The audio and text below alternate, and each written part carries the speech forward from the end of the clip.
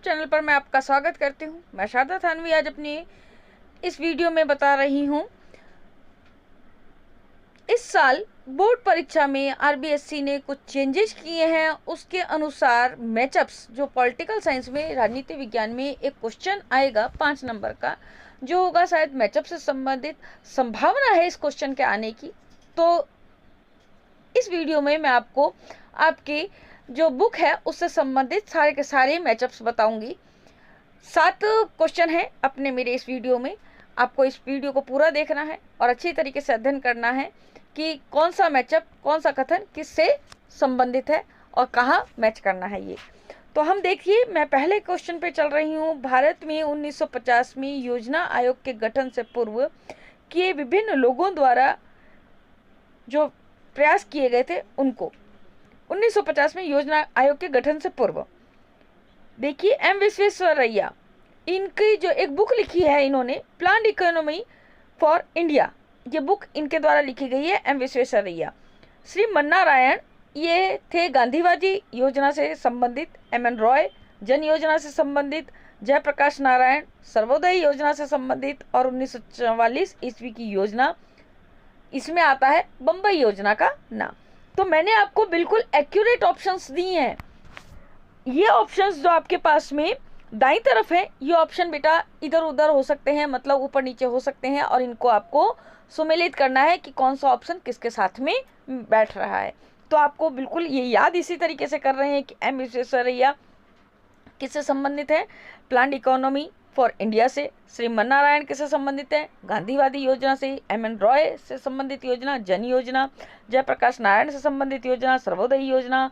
और 1944 ईस्वी की योजना है बम्बई योजना।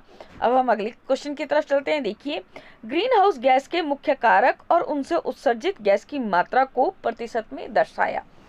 ये पूरी सारणी है। इसको जो ग्रीन हाउस गैसें हैं के मुख्य कारक, मतलब ग्रीन हाउस गैस कहाँ से उत्सर्जित होती है और कितनी मात्रा में कितने प्रतिशत में उत्सर्जित होती है, ये मात्रा है। देखिए, पावर स्टेशन से कितनी मात्रा में ग्रीन हाउस जो गैसों का उत्सर्जन होता है वो है 21.3, सबसे ज़्यादा। इंडस्ट्री है 16.4, यातायात तथा गाड़ियाँ हैं 14.4, खेती किसानों के उत्पाद ये है 12.5, जीवाश्म ईंधन का इस्तेमाल 11.3, रहवासी क्षेत्र 10.3, बायोमास जलाना 10, कचरा जलाना 3.4। तो ये सारी की सारी हैं। ये आपके जो दाएं तरफ है, राइट हैंड साइड की तरफ, ये जो प्रतिशत की मात्रा है ऊपर नीचे कर देंगे परीक्षा में, और आपको बिल्कुल सही मात्रा आपको मैचअप करनी होगी। देखिए, अगला जो क्वेश्चन है आपके पास में, पर्यावरण जागरूकता संबंधी महत्वपूर्ण दिवस व दिनांक। पर्यावरण दिवस है 5 है, और इनकी दिनांक, कौन सा दिवस कौन से दिन मनाया जाता है। विश्व पर्यावरण दिवस है 5 जून को। पृथ्वी दिवस है 22 अप्रैल को। विश्व ओजोन दिवस है 16 सितंबर को। वन महोत्सव है 28 जुलाई को। विश्व जल दिवस है 22 मार्च को। तो इनको इन्हीं तिथियों के अनुसार आपको याद रखना है, और मैचअप में आपको ध्यान रखना है कौन सा दिन किस दिवस के रूप में मनाया जाता है। जैसे 5 जून को आपको विश्व पर्यावरण दिवस, ये शॉर्ट क्वेश्चंस में भी आ सकते हैं बच्चों, कि शॉर्ट क्वेश्चन में भी आपसे ये आंसर पूछा जा सकता है कि विश्व पर्यावरण दिवस कौन सी तारीख को मनाया जाता है, तो वो हो जाता है 5 जून।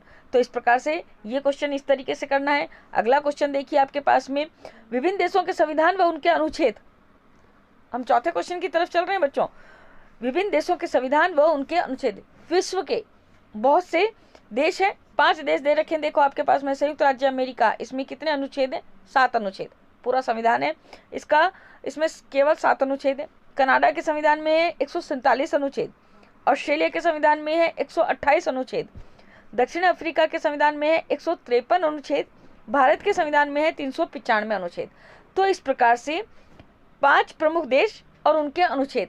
आपको यहाँ पर स्वयं बात पता चल जाती है कि भारत का संविधान सबसे विशाल संविधान है पूरे विश्व में, जिसमें 395 अनुच्छेद शामिल किए गए हैं। अब देखिए, कुछ प्रमुख संविधान संशोधन तथा उनके द्वारा किए गए संशोधन। कितने संविधान संशोधन, मतलब संविधान संशोधन तो बहुत से हो चुके हैं, लेकिन कुछ प्रमुख संविधान संशोधन और उनके संशोधनों का विषय, किन के ऊपर वो संशोधन किए गए, ये सारणी देखिए।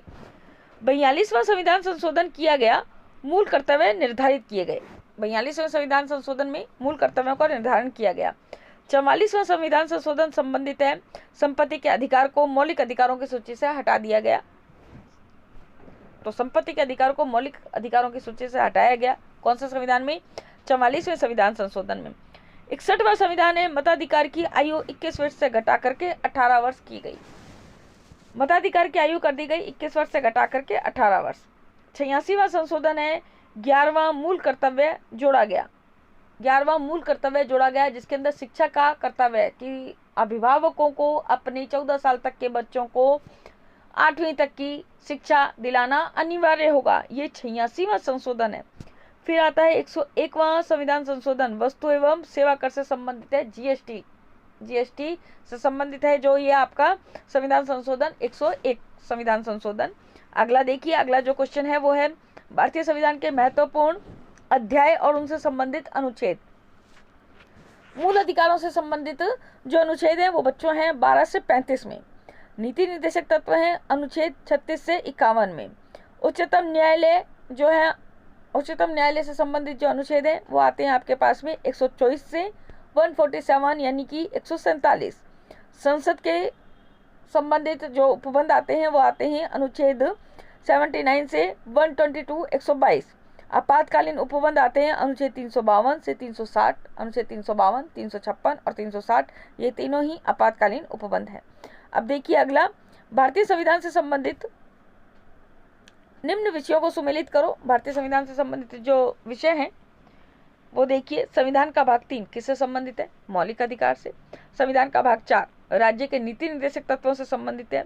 अनुच्छेद 14 विधि के समक्ष समता से संबंधित है।